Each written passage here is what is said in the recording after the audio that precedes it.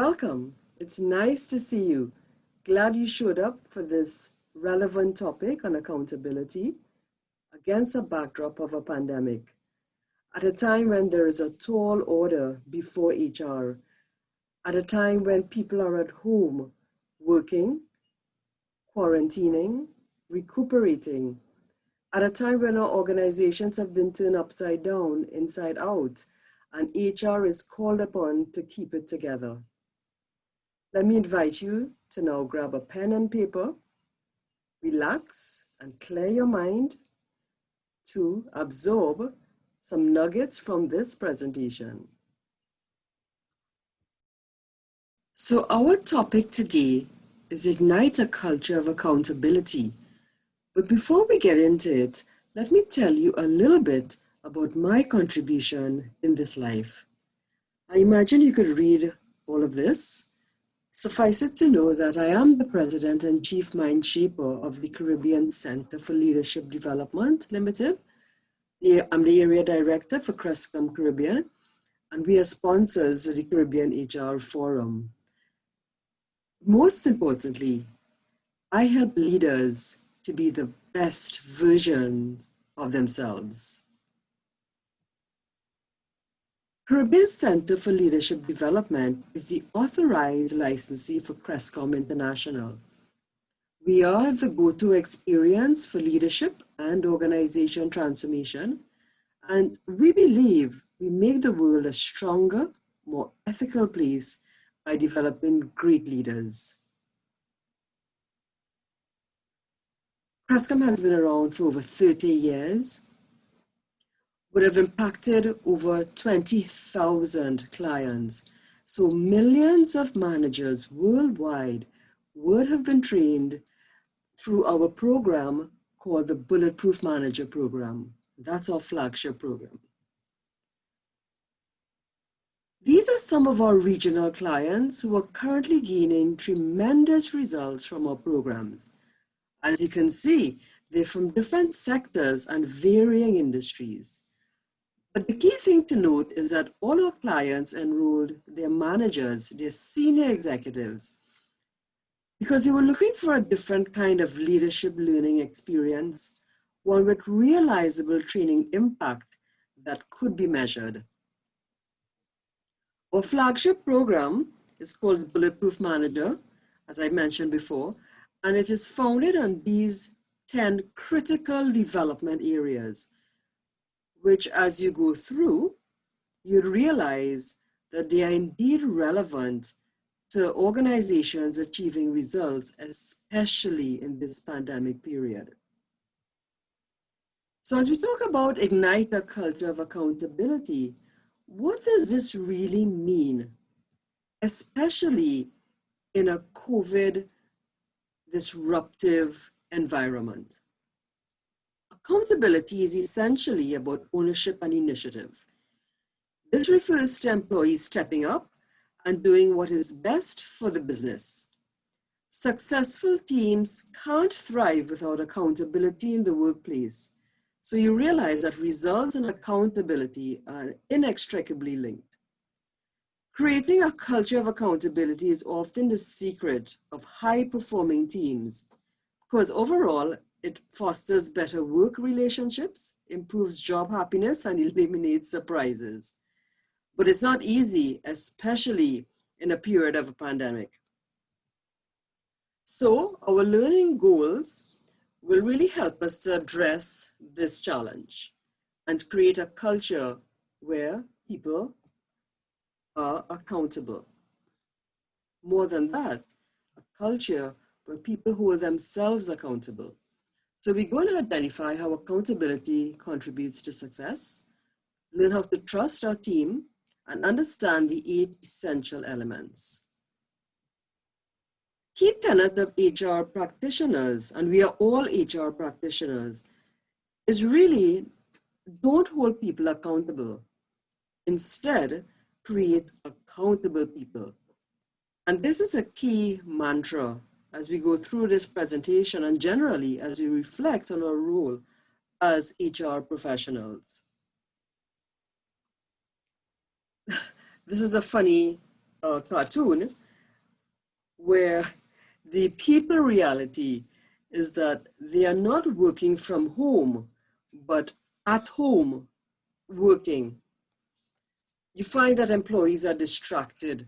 They don't have a quiet place to concentrate. They may be unable to manage their time. They have to cook lunch, help children with homework. There's an overload of Zoom and team meetings. And that's the reality. What's our HR reality? Well, we must have renewed focus on employee welfare and protection. We're managing an invisible workforce where there are remote teams. We can't walk across and see them, so we must trust them. All the more reason to develop clear performance goals, KPIs, and measures. So it calls for a different kind of virtual work, HR, and IR policies. Accountability does not exist in a vacuum.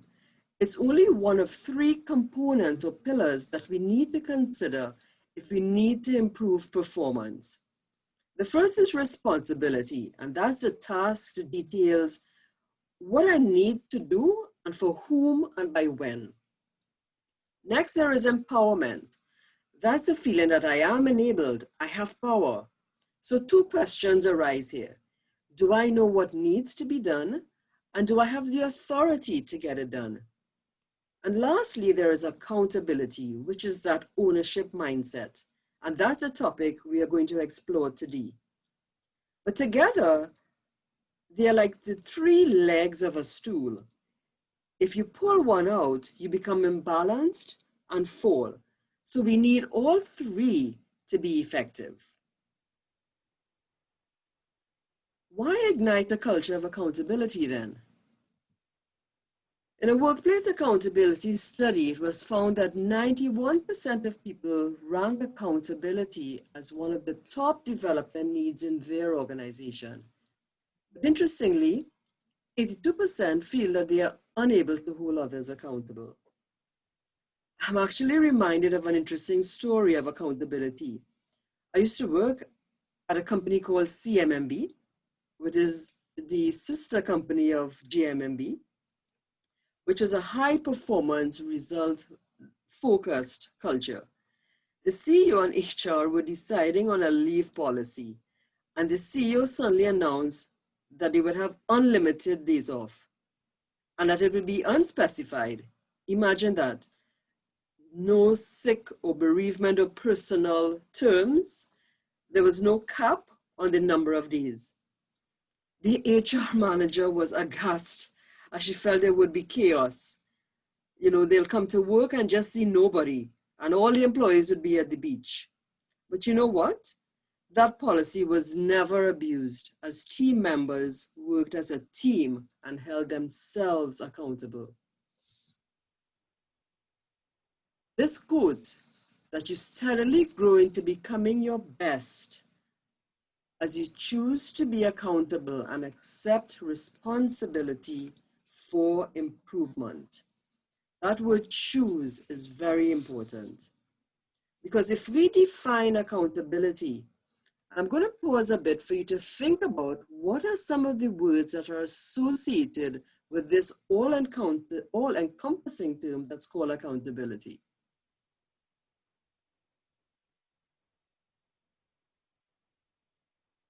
I'm sure these might have come to mind.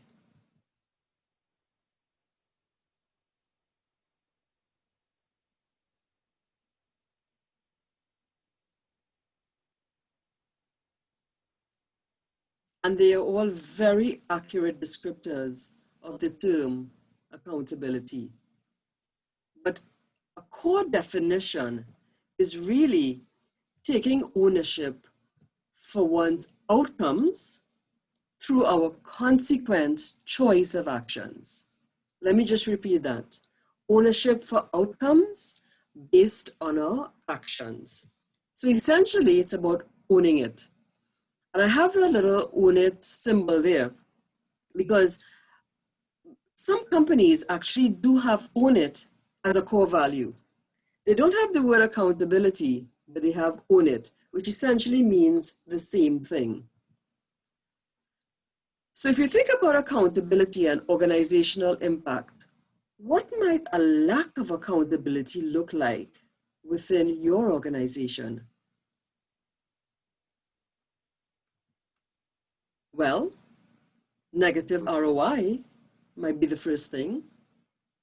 Silos, us versus them. Strategic sabotage, big word. Lost opportunities, increased turnover, reduced quality, and low collaboration. As HR practitioners and professionals, we must find ways to mitigate these challenges. That's our role.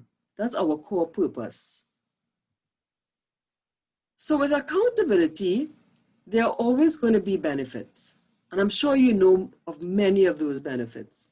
I'll just mention a few. There will be greater employee participation, of course, increased feelings of competency, more creativity and innovation, higher employee morale, improved customer service, and enhanced performance at an individual, a team, and an organizational level. But very important to consider, there are barriers to accountability. Can you think of some? Well, some barriers, some challenges maybe, unclear direction or big picture. People don't know where they're going. There's no career path. They don't see themselves as part of the future. There is a lack of ownership, a lack of skills, whether they be technical or behavioral. Poor peer accountability. The CMMB example I gave earlier was a great example of excellent peer accountability. Lack of consequences, good and bad. And then seeing others not modeling the behavior. So these are some barriers to accountability. An interesting quote, accountability is the glue that ties commitment to result. Very important. We are going to look at a video from one of Crestcom's video faculty members. He is Steve Farber, very dynamic speaker, and he is the president of Extreme Leadership, former VP, and he has written a number of interesting books, one of which was just published last year, 2019, and that's called Love is Just Damn Good Business.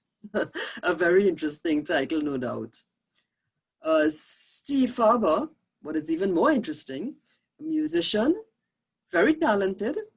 He's a chef, but he also lived and worked in Trinidad as part of an international consulting team. And he loved the experience of working in Trinidad and living in Trinidad. He has been acquainted with everything from our carnival to our doubles to our beaches. So let's listen to Steve Farber as he takes us through a brief on accountability and some components, very important components, or what I may call foundational elements of accountability. Imagine that making things happen was so much the norm that you never even had to think about it. That taking a course like this would seem as silly as taking a course in learning how to blink. Well, maybe there are companies like that, but I haven't seen one yet. Although I have seen many, many teams who operate that way. So let's focus on that, your team. Regardless of what the environment of your whole company is like, can you turn your team's culture, whatever the size, into a high-performing, accountable powerhouse? I believe you can. It comes down to your willingness to prove to people that you trust them. How do you do that? Well, it starts with giving them more discretion as to how they spend their time and utilize their resources. If that seems difficult or painful to you, if it's hard for you to relinquish the control that you've worked so hard to get, that you've been clinging to, you're going to need to first ask yourself these two critical questions. Do you trust them? Should you trust them? Lots of research suggests that you should, and that trust will pay off. For example, in a recent study called Work Schedule Flexibility, a Contributor to Employee Happiness, Penn State professor and labor economist Lonnie Golden and his colleagues Julia Henley and Susan Lambert found that workers' happiness and productivity is highly correlated to their having the freedom to manage their work time to fit their personal needs. So what does that suggest? If today's leaders want to strengthen their culture and ramp up their staff productivity, they need to find ways to let people come and go as they please. Too radical? Okay, try experimenting with Golden's research by looking for ways to inject a little more flexibility and control into your team's work schedule. For example, does someone on your team have a parent-teacher conference, a kids' soccer championship, an important doctor appointment? Then do whatever you can to let them make the decision to go and give them the opportunity to figure out how and when to make up the lost time and get their work done. Does it make you squirm a little bit? Listen, are there people in this world that would take advantage of the situation and treat their newfound freedom with all the responsibility of a teenager with the keys to a new Ferrari? Of course there are. I'm not going to suggest that people will never take advantage of you or screw things up when given the opportunity. That would be naive. But Golden's research and many other studies suggest that most of the time, people will meet the challenge beautifully and they'll work even harder and more efficiently. Give people your trust, and more often than not, they'll prove to you that they're worthy of it. I know I'm asking you to do a very challenging thing, and I can guess what you may be thinking. If I give them control, they'll take advantage of me or screw it up, and then I'll get blamed, I'll lose my job, the bank will take my house, and my dog will leave. Let me tell you about one manager who set aside that line of thinking and put this theory to the test. Keith's career as a software engineer with GE took him from the UK to Milwaukee, Wisconsin. He eventually moved to California to work with a medical device company as a leader on the oncology team.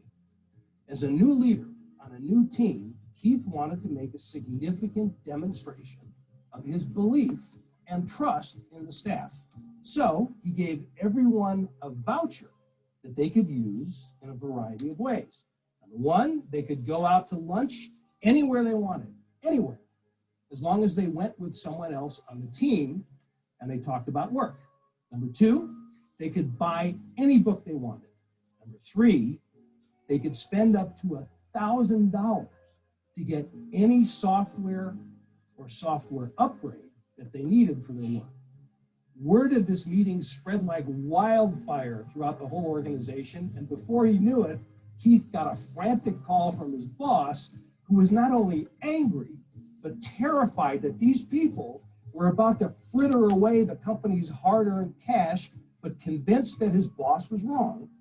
Keith let his team run with the voucher program. 3 weeks later, Keith did a quick accounting of the expenses and was absolutely shocked at what he found. The entire group, all together, had spent a grand total of $300. He'd given them the cash because he wanted them to spend it on building the team and growing their knowledge and increasing their productivity. They, on the other hand, were so honored by his gesture that they were being exceedingly thoughtful and strategic about how they were going to invest the money they'd been entrusted with. And no surprise, they went on to become a tight and productive team. So, how about you? Can you find a way to extend real, hardcore trust to the people that you work with? Interesting. Trust has to be earned and comes with the passage of time. As HR, we must create that time. Because if we want the most productivity and output from our employees, we need to trust and empower them to create a culture that trusts and empowers them. So these are the 8 essential elements to ignite accountability. Empower capabilities, provide feedback, identify consequences, remove fear of failure, set clear expectations and purpose, collaboration, measurement, and encourage risk-taking. All these combined are needed to create the foundation for an accountability culture. That's most important. So we're going to consider each one of these in more detail. Empower capabilities. Support and encourage employees. Provide avenues for learning and development. And provide structured mentoring or buddying opportunities. These are all important when it comes to empowering the capabilities of our people.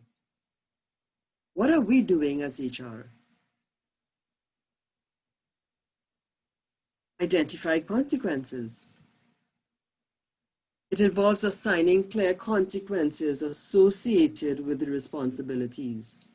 To be able to implement those consequences and embed scenario planning, I would call that consequent management, into decisions. Something to think about. The third is set clear expectations and purpose. Explain the big picture of future orientation. Draft clear, written, specific, and measurable key actions and expectations, and communicate verbally and follow up in writing. Especially given this remote working arrangement and the fact that our employees are not immediately in front of us in many instances, that persons may be stressed, that there may be lots of things going on in their home environment. Communication is key, it is vital. And helping our people, our team, hold on to a big picture, a vision, a future orientation in the midst of a pandemic is very, very important. And certainly a function, a responsibility of HR. Measurement, that's the fourth element. And it involves empowering employees to identify how they will measure their own performance, create checking points to discuss progress, and document those milestones. Very important. Provide feedback. Again, relates to communication, creating that culture of communication, that culture of engagement. Listen for gaps or discrepancies and offer suggestions to close those gaps. And have a communication cadence with all employees, not just some. This might involve some virtual town halls or virtual updates or email updates, whatever it is. Feedback, keeping employees in the loop. That's important when it comes to accountability. Interesting one, a big one. Remove fear of failure. We need to allow our employees to make and learn from mistakes, to provide solutions and coaching to avoid mistakes in the future, and to make mistakes a learning opportunity. That's what we call a learning organization. And especially given the situation of today, there may be mistakes happening. We need to address those and create the learnings from that so as to avoid them happening in the future. Collaboration. help people connect in order to accomplish their goals and targets. There are so many online tools that are available to help persons connect, to help aid communication. Great opportunities for them to learn about each other's roles and responsibilities. And if possible, rotate jobs. Is that something we can do? Is that something that we should do? Certainly for HR to consider. And finally, responsible risk-taking. That's when we encourage our people to challenge the status quo, but also reward smart takers for innovation and never stop experimenting. This situation has been one of constant experimenting. We've never had a precedent, so we're creating our future, we're creating our present right now, and we're doing things differently. The onus is on us as HR professionals, HR influencers, to be different tomorrow than we would today. Responsible risk-taking, experimenting. So these have been the 8 essential elements needed to form that accountability culture. To be able to empower capabilities, provide feedback, identify consequences, remove fear of failure, set expectations and purpose, collaboration, measurement, and responsible risk-taking. They all go together to create that accountability. This is what work looks like in a pandemic. The fact remains that we are in the next normal. It is a case of work-life blend. And accountability must be the thread that will hold our organizations together. So how do you readjust and recreate that culture where people hold themselves accountable? It's important to think seriously about building capability in each of those 8 foundational elements. Remember, a culture of accountability makes a good organization great and a great organization unstoppable. That's what we aim for, great organizations. So just some key points. We talked about accountability and how it contributes to organization success. We explored trusting our people and the 8 essential elements to create that culture of accountability. So this is just a summary of what we have spoken about. And I want to thank you for your time, for your engagement. I'm very happy to see you here. Before you go, though, if you are interested in articles on accountability, please feel free to download our articles, not only on accountability, but many leadership and organization development topics. You can go to www.crescom.com. And even more exciting, feel free to contact me for a free workshop. Certainly, you can email me at renata.tulsie@theccld.com. We have 2 websites. One is our local website, which is www.theccld.com.